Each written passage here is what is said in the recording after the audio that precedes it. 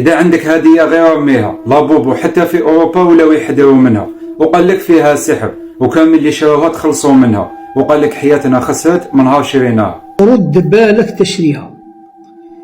إذا اقتنيتها اعلم فأنك قد أدخلت شيطان إلى بيتك. فايت مليار واحد شرى هديه الدميه تاع لابوبو، مي بصح اغلبهم قال لك من نهار شريناها ولاو يصراو لنا المشاكل ونوصلوا حتى للموت. كنا نقول لكم هذا بورتكلي تاع لابوبو يتباع في الجزائر 1,500,000، وفي العالم الحق السعر تاعو حتى $1000، 20 مليون بدراهمنا اتخيلوا. كاين ناس في اوروبا قال لك هذه الدميه تاع لابوبو نشبهوها الانابيل، قاريين عليها طلاسم ولات مسحوره. كاين اللي يقول لك غير خرافات ما كاش منها. حبيت نقول لكم باللي السحر في العالم العربي واوروبا ماشي كيف كيف، الا هنا يحكم ورقه يكتب سرطان ويدفنها في كاش قبر، مي بصح في اوروبا لا يحكموا عفسه يقراو عليها طلاسم هكا تولي مسحوره كيما خيط الكابال. وكون نولوا للدين بلا ما ننساو الرسول صلى الله عليه وسلم حذرنا من الدومه وقالنا ما تدخلوهاش لديوركم.